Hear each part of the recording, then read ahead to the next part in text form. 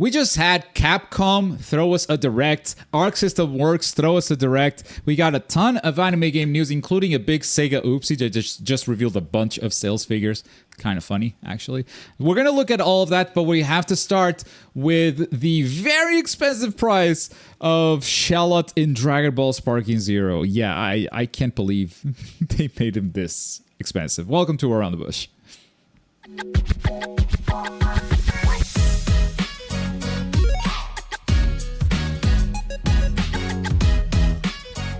Ladies and gentlemen, welcome to Around the Bush for June 27, 2025. Here it is. This character has been available for early access for Season Pass owners for a while, but it hasn't been for sale standalone yet. He is now. It costs $2.99. Why is this a big deal? Well, this is the first character that they've sold as a standalone, right? If we search for Dragon Ball Sparking Zero, you'll see why I find this this cost kind of shocking. Because if you go to Sparking Zero, you'll see that all the DLC so far has been bundles, right? So show more, and we have the Superhero DLC, which was $18, right? Let's pull up a calculator. The Superhero DLC pack was 11 characters total. 11 playable characters. So $17.99 divided by 11 playable characters, that comes to $1.64. $1.64 is the most expensive character in Sparking Zero so far. Because they released Daima afterwards, and even though Daima was less characters, it was only 8 characters. 8 playable characters right here. It costs $9.99. So you go $9.99 divided by 8 characters. The cost is much cheaper. It's like $1.25 per character. And so I thought the pricing would be around here. Let's be if they were going crazy, they might make it $1.99, you know, $2, but they went for $3 whole for this character. This character is twice as expensive as Beast Gohan, essentially. And I think they did this because it's a standalone character, right? Most people that bought Sparking Zero have the season pass. They bought Ultimate Edition or whatever. Because the game was like so hyped up back then that most people fully bought in. I don't think a lot of people are going to get affected by this price. I don't think a lot of people are going to buy him standalone. But it is kind of a crazy price. I think it's mainly based on other games and not how Sparking Zero prices things. Because so far they've only sold bundles, like I said. But if you look at other like DLC characters for other games, Dragon Ball FighterZ characters were $4.99. Storm Connections characters were $5.99. So to like, you could look at this and go, oh, that's pretty cheap. And by making the character even cheaper, maybe they're like admitting lower quality or whatever, saying, yeah, these characters are not worth as much as a character in Xenoverse or a character in FighterZ or in any other Dragon Ball game. Which is true. I mean, Sparking Zero, the reason why they are able to have so many different characters, why they are able to have such a big roster is because there's a lot of movesets that are shared between different characters. So when you make a new character like Shallot, a lot of the rush options are existing ones, right? The moveset exists in other characters. You just kind of port them over to this one. That's why Tenkaichi has really big rosters, why Sparking Zero has really big rosters. But yeah, I was not expecting this price for one character. I think this is way too expensive. So yeah, Shallot is out. He came out earlier this week in early access. I do have a review on the character. He's incredibly basic, honestly. There's nothing unique about him here. He's got a beam, a rush attack, and his ultimate is also a rush. I think the biggest positive that Sparking Zero did this week was a big balance patch. They changed some things on specific characters, but you know, nothing too crazy in my opinion. I think they nerfed After Image Strike even more, so if you blend a super counter, now it also goes away. It's not just perception. I think it was fine before, but whatever. The big change here is the single battles. They removed the damage scaling based in DP in single battles in all modes, adjusted health value so all characters have the same health online and offline. Basically, you can play single battle ranked with any character now. Everyone is viable. The stats are not completely equal. There are still differences, but the damage scaling based on the DP number alone and the health number are now all equal, so you can actually play ranked single battles. Like, it was so annoying to go into single battles and just see the same characters over and over. It's like, here's a 200 character roster and only 5 of them are viable in single battles because we decided that power scaling needs to matter in all game modes. And power scaling still matters, you know, it's still Tenkaichi. Some people are freaking out about this. But this is one of the reasons why like the game fell in popularity a lot. It's just like the online experience was garbage, especially if you were single battles only. But the DP difference still exists. The canon difference, if you care about that, that still exists because they adjusted the DP battles in all game modes to make the difference in strength between characters even more pronounced. So the difference in strength between characters based on their DP is even bigger than it was before if you are in DP battles. The only place where they've like equaled the playing field was in single battles. So this is a fantastic change to me. To me, this is awesome. Should have come sooner. We gave this feedback week 1. But it does feel like, okay, we gave this feedback week 1. They fought back saying, no, that's not Tenkaichi. And now they're like, actually, let's do it. So a little bit of, I think... I don't know if it's like willing. There was almost like a reluctance to compromise, to listen to feedback and like trust our vision. We know what we're doing. And now it feels because like the landscape is so different. Like, no, we'll listen. Maybe that's it. Also, ranked matches are now completely offline as the season ended. This was the end of season 0. They are adding seasons to ranked battles. And so on July 1st, next week, the new season will begin. And depending on your rank, you will rank down. So you won't go all the way back down to D5. But if you are Z rank, you'll go back down to B1 and you'll have to rank up again. There's also a win streak bonus, so you can rank up quicker. And yeah, they're implementing seasons. And each season will reset and you'll have... I don't know if you'll have rewards. I don't think they've mentioned rewards. But that's cool. Yeah, it's season 0 rewards, season 0 match rewards on the gift box. So I think they will have rewards every time.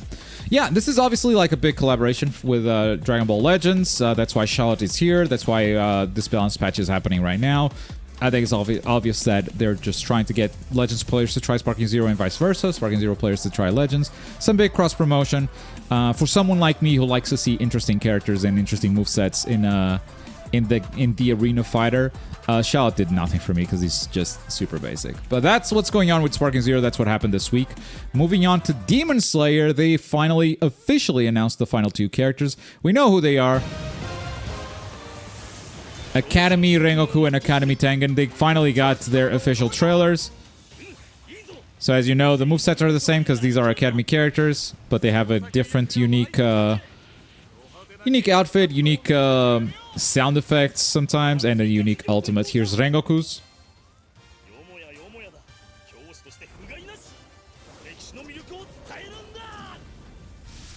Bro, type that shit so hard.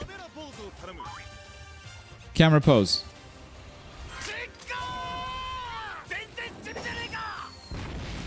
Tanjiro doesn't know how to camera pose, so he gets hit by dynamite. Final 2 launch characters. I have to specify that because for some reason some idiot's always like, no, this is not the final, there's DLC. I know there's DLC. I'm talking about launch roster. And speaking of other games that are coming out soon, shoutouts to Noorsi for capturing this. The Hidden Ones mobile Chinese beta is ongoing. They have a few new characters on there. You have her. She's playable. And you have another character you may have seen before. Oh, this is an outfit. Oh, they're not showing the character. Anyway, PvP. You got a little bit of gameplay with her. She has a sinister move where she calls the snake. Seems kind of cool.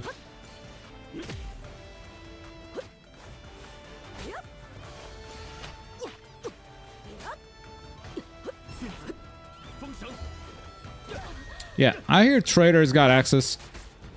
I really don't want to play this game with Chinese servers only.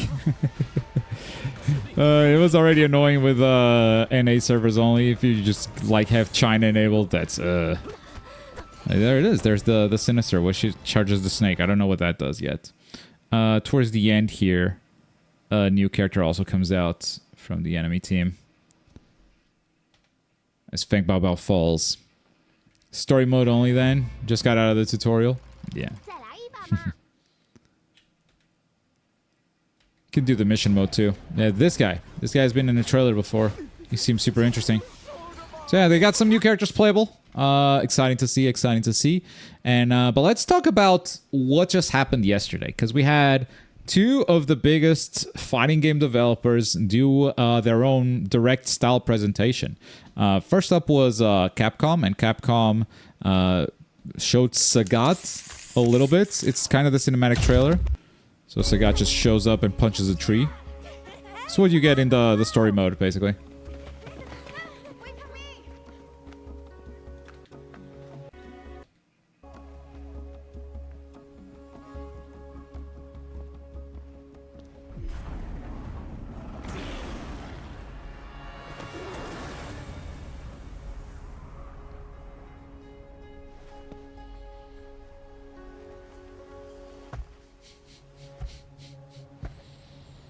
He's so big.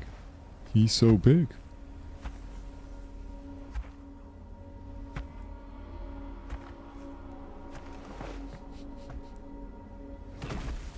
Tree.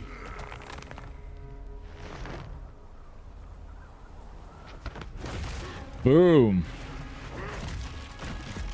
Bro carried the tree all the way there to punch it into bits in one motion. Sagat's coming August 5. I can take you through the entire Capcom presentation really fast, Rekif, if you didn't see it. They started with Pragmata, which had... oh, they don't have the things here. Okay. Did they do live? They didn't do live. Oh, this is the Street Fighter channel. Capcom USA. Yeah, they started with Pragmata. Kunitsugami's got a DLC coming out. Pragmata had a decent showcase of like gameplay and whatnot. Basically, you do this puzzle here to open up the armor, and then the guy shoots it. So you're kind of doing puzzles as enemies are going towards you, and then you shoot their weak points. I don't know, it's interesting. After that, Street Fighter happened, and Capcom needs money, so they revealed outfits for... Outfit 4 for a few characters. Kami, Luke, Chun-Li, Manon, Jamie, Kimberly, and Aki. That's right. Capcom went all out. That just went all out. Kunitsugami's getting some DLC. After that, they talked about, Onimusha 2 remake is available. Onimusha, the other one, is coming out. They did a little bit of a interview with developers for Resident Evil 9, and they have more in the website. And then they spent the rest of the time talking about Monster Hunter Wilds. Right? Pretty good show. I think they spent a lot of time on Monster Hunter Wilds for sure. But that's as someone that doesn't play Monster Hunter Wilds. I think the length was good. Until like half the show is Monster Hunter, and so if you don't have any interest, then it's like, okay, there's a lot of Monster Hunter towards the end, bro. And then Arc System Works followed this, and didn't follow it great.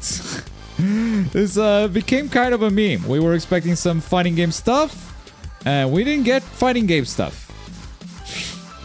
Instead, what we got was a reminder that Arc System Works publishes a lot of bullshit. And so they started with the show with a Nintendo Switch 2 game that's like an adventure without text. And you say it's aimed at adult women, so I'm like, finally something for me. Then Double Dragon Revive, which, I mean, they've shown a bunch, and I think first time release date, which is October 23rd. And then they went to this game. This game has a demo out, and I played it. It's kind of good. It's kind of good. It's a roguelike 2D action game. I liked it.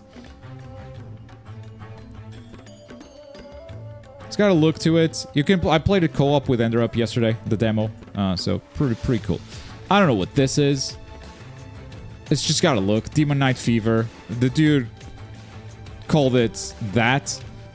Enemies, allies, kill, kill, kill. The more you die, the stronger you become. Raising speed running simulation RPG. That's the genre that's on. So, Bubble Bobble did some bullshit. And then the man himself came on stage. Oh, Net Impact. They had nothing to say about Net Impact, by the way. Which is crazy, because the very next day, they went, Net Impact PlayStation demo is out. They could have the announcement during the presentation, but they just went, you know, next day, PlayStation 5 demo is out. Okay, well, that was something to announce, I guess. Under Night, it's an announcement of an announcement. I will have information about the latest DLC character soon. And then Daisuke came on stage and said, look, when we developed Guilty Gear, it started as a small game, and now Arc System Works is kind of known for being a fighting game developer. We want to do it again, but for a different genre. So we have an action game project, which is mid. It's literally said it's a mid-range action project game. And that game is Daemon and Baby, and it looks like this. The video is unavailable. What? No shot! They just made it private. Live. They just made it private as we were watching it. I'll watch it here, Arxis. I'll watch it on the light. There's no shot that just happened. From the first work of this project. So, I'd like to share it with you at the end. The title is...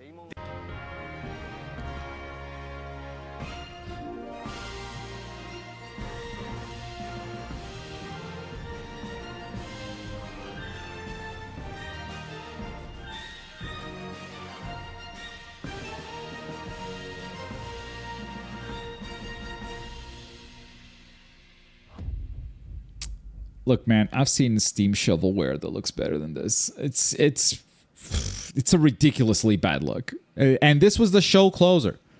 This was like, it's fine if you're Arxis and you want to break into another genre and you want to start doing safe stuff that doesn't have to sell millions, right? But to go out of your way to say, we're going to have a showcase, an Arc System Works showcase, and this is your show closer, it's insane. It's insane. They should have opened with this. What would they have to close? They don't have any closers in the show. None. They had nothing to say. Even like with Under Night, it's like, we'll have details on the character soon. Like Double Dragon Revive, it's not a show closer. Like it's so insane. And a lot of people expected like fighting game stuff, and if you know a little bit about the industry, you know the likelihood of that is there are some games they could show. There could be fighting games here, 100%. But you also know that Tokon is published by Sony. It's not going to show up here. It's going to show up in a state of play, but not here. You know that, I don't know, every anime game you want, they don't have the license to. So it would be a Bandai showing. It would be a Sega showing. It would never be here. The hope, I think, was for a BlazBlue. And it could happen. I mean, BlazBlue has done nothing for years. I know the lead has left ArcSys for a while ago, but ArcSys still has the license. They can easily make a BlazBlue game without the previous lead and just change it all. I mean, Strive changed Guilty Gear fundamentally. It pissed off every old fan that existed. It doesn't matter. It's still the most successful Guilty Gear ever.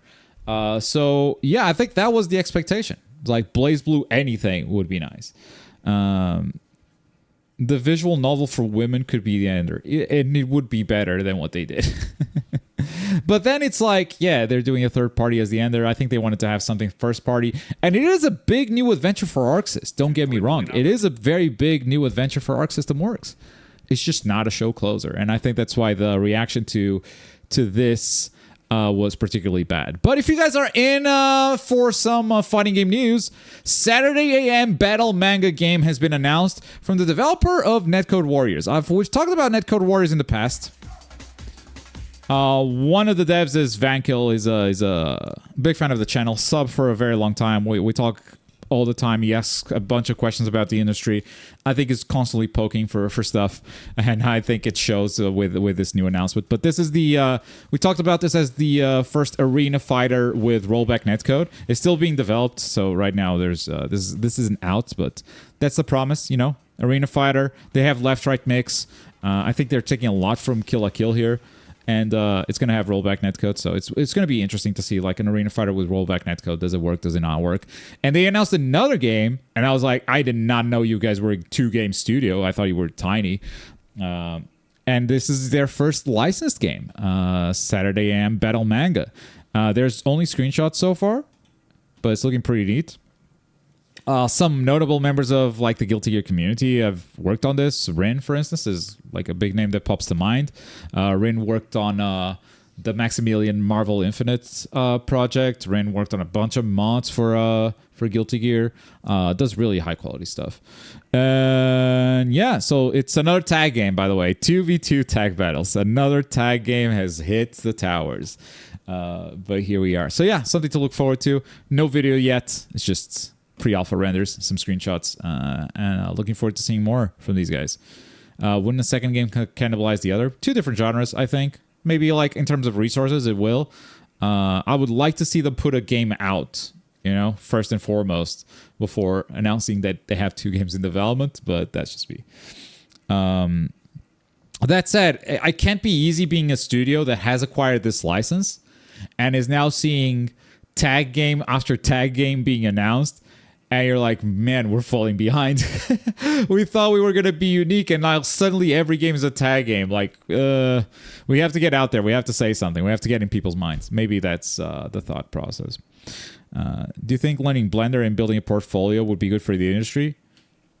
I'm not a game developer, but it can't hurt. Maybe. Digimon Time Stranger has a new systems trailer. Most of it, I think we learned already, but it's presented in a more clear way, I think, compared to the demo that I played, and it's just here for everyone, because, like, they can capture footage to show what they mean, and I'm working with B-roll, trying to explain everything I saw. So yeah, I think there might be a couple of new details that could be new. But in general, I think I went through most of this. Oh, the personality stuff, I guess there's more details on the personality stuff. Depending on your Digimon's personality, you know, they get different stat buffs. Yeah, they went a little bit more into the Digifarm. I think that's the first time we see so much of that. This shit is crazy. Agent skills, that's the skill of your character. And they get cross arts and whatnot. Yeah, it's a big breakdown. And we're going to close the show with... Sega, from Bandai to Sega, who announced Metaphor sales. Metaphor Refantagio tops 2 million sales. It's really good for a new IP. Of course, like, this has kind of the Persona name behind it, even though it's not a Persona game. It's, like, from the developers, you know? But yeah, as a new IP, surpassing 2 million units from launching in March. Sorry, it didn't launch in March. When did this launch? As of March, it launched at the end of last year, October. So in March, so like the first 2 quarters, it surpassed 2 million units. It's doing really well. But then, on the same presentation, which was a management meeting, Sega shared a PDF file with sales numbers. And then they went, well, these sales numbers are not for the public to know. So we're just going to, like, put a gray thing on top of it. You know, just a gray highlight. And then people just selected the text and did a copy paste. So here are all the sales figures for Sega games in the last quarters. Like a Dragon, 1.6. Like a Dragon Gaiden, man, we raised his name, almost 1 million. Persona 3 Reload, 2 million units. Sonic Superstars, 2.4. Sonic Frontiers, 4.5. It sold pretty well. Total War Warhammer, still doing numbers. Shin Megami Tensei 5, including Vengeance, 2.1. Yakuza Like a Dragon, 2.8. 7 million for Persona 5 Royale. Team Sonic Racing, 3.5. How is this game is still doing numbers? Well, there's a new one coming out. This one is still selling 200,000 units a quarter. And Total War 3 Kingdoms. Yeah, oopsie by Sega. The sales are now out there. So helps you get an idea of what's successful on the Sega portfolio and what's not. But that's going to do it for today. That's Around the Bush, folks. If you guys want to watch it live, make sure to tune in to Twitch every Friday. We have a little Q&A before and after the show. If not, enjoy the videos over there on the YouTube. I appreciate you guys all the same. Thank you so much for watching. See you next time. Bye.